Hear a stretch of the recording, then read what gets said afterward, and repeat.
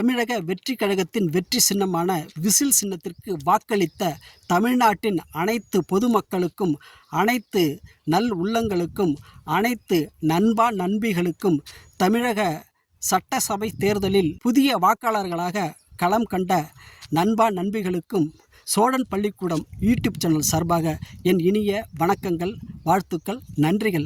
இந்த நன்றி ஏன், இந்த வாழ்த்துக்கள் ஏன், இந்த வணக்கங்கள் என்ன? இப்போ பார்த்திங்கன்னா தமிழ்நாடு சட்டசபையோட தேர்தல் எண்ணிக்கை இன்றைக்கி நடந்துகிட்ருக்கு. இப்போ பார்த்திங்கன்னா தமிழக வெற்றி கழகம் 117 இடத்துல முன்னிலையில் இருக்குது. அதனால் தமிழக வெற்றி கழகத்தின் தலைவர் திரு விஜய் அவர்கள் இல்லை தமிழக வெற்றி கழகத்தின் தலைவர் திரு ஜோசப் விஜய் அவர்கள் நாளை மறுநாளோ இல்லை இந்த வாரத்தில் ஏதோ ஒரு நாள்லையோ பதவியேற்க போகிறாரு.